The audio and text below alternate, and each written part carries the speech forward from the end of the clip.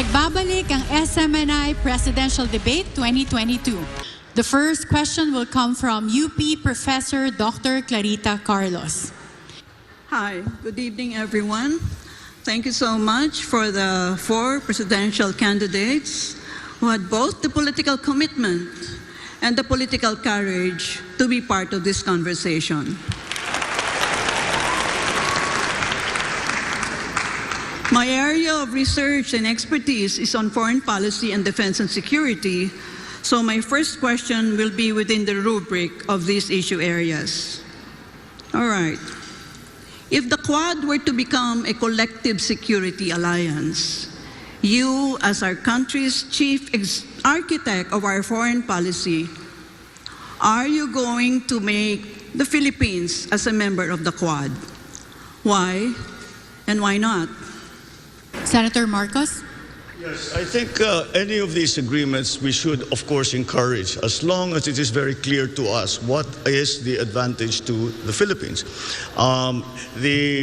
What the professor just mentioned was she spoke about the great powers trying to carve out spheres of influence. I reject that model that I believe no longer applies in the geopolitics of the modern world. The old Cold War thinking. We have to ply our own way. And so it really would depend on what is inside, or what those agreements say that the Philippines, what will be doing and what those other partners of ours will be doing for the Philippines. And once again, because we shouldn't think of the old Cold War system, we should always think in terms of the fine line that the Philippines has to tread in all our foreign policy decisions. But if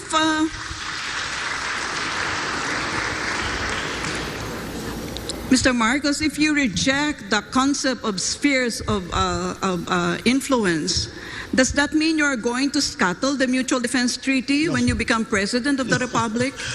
By no means.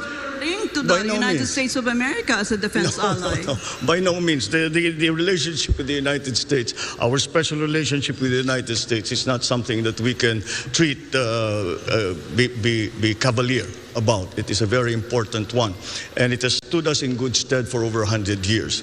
And that, I think, will never disappear from the Philippine psyche, the idea and the memory of what the United States did for us and fought with us in the last war. And so that is a specific part of our foreign policy. But then, as we approach, we know that we are a hot spot right now. The West Philippine Sea is a hot spot in geopolitics right now. And that is why we still have to find our own line in terms of all of these arrangements. Except the one simple principle is that we will not cede 1 square inch of the Philippines to any country. Karen, do I have time for one more follow-up with Mr. Marcos? Yes, Professor Carlos. Yeah. Okay, if that is the stance that you have taken, Mr. Marcos, suppose you have a situation where China is trying to, take us in, embrace us within its sphere of influence. How would you react as our chief architect of our foreign policy? Once again, in terms of specifically to China, the correct approach still seems to be one of engagement. And no matter what the superpowers are trying to do, we have to work in the interest of the Philippines, and we cannot allow ourselves to be part of the foreign policy of any other country. And we have to have our own foreign policy. So again, whatever the superpowers do, we, as a highly strategic geographic, are having a highly strategic geographical location in the world, really have to walk that very, very fine line between these great powers who, I always say, these are great powers, we are in between. If they sneeze at the same time, we disappear from the map. And that is something that we always have to keep in mind. Thank you. Our next question will be coming from Attorney Rolex Suplico. Attorney, your question, please. Madamong salamat, Karen. Mayong gabi sa tanan. Issue po ng kahit kaninong administrasyon, ang korupsyon, na tinatansyang may epekto sa mahigit kumulang 20% ng budget ng pamalaan kada taon. Ngayong magkakaroon ng bagong Pangulo, kailangan muling iakyat sa talakayan ang pagnanais na matigil ang pangungurakot, sapagkat ang isang malinis na gobyerno ay nagsisimula sa isang tapat at marangal na Pangulo. Kung kayo po ay magiging Pangulo, una, kusa mo bang ilalabas o hindi sa publiko ang iyong SALN or Statement of Assets, Liabilities and Net Worth? At pangalawa, kusa ka bang magsasagawa ng waiver sa mga provision ng RA 1405 na nagbabawal sa pagpaalam sa publiko ng laman ng inyong mga bank accounts? This question will be first answered by Senator Bongbong Marcos. Well, sa issue ng pagbigay o ng salin, ay ako, para sa akin, hindi problema yon. At kaya hindi lang ako nagsusulat ng salin for the last 6 years. Pero kung ako'y maging mapalad sa darating na halalan, ay natural, ay kailangan gagawa ng salin at ito ibibigay ko sa publiko paghihingiin sa akin. Ngayon, sa aking palagay, yan ang desisyon ko bilang isang individual.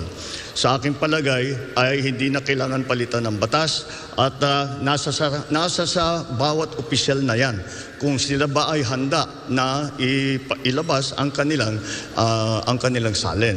At siyempre dadagdag ko kung may kaso na may court order na sasabihin ilabas ang salin, ay kailangan talagang ibigay. Pag na-mandate ng isang korte, maliwanag na talagang ibigay at ipalaman. Sa sarili ko lamang, para maging maliwanag, kapag ako ay susulat muli ng salin, ito ay gagawin kong public information. Thank you, Senator Marcos. So Karen, follow-up question. Of course. Papayag ka bang i-require ang inyong immediate family, asawa at mga anak, na ilabas na magperma ng waiver sa provisions ng RA 1405? I think we have reactions from Senator Marcos. Sa aking palagay, kung sino ang nasa batas na sinasabing kailangan sumulat ng salin, ay kung nasa sa kanya, kung sila ay maglalabas. Ngayon, ang pamilya ko naman ay siguro hindi dahil pamilya ko kailangan magsulat ng salin at kailangan ilabas. Kaya siguro yung aking sinasabi ay lahat na kung may pamilya man ako na nakaupo na sumusulat ng salin, ay sa palagay ko handa rin sila na ilabas lahat yan.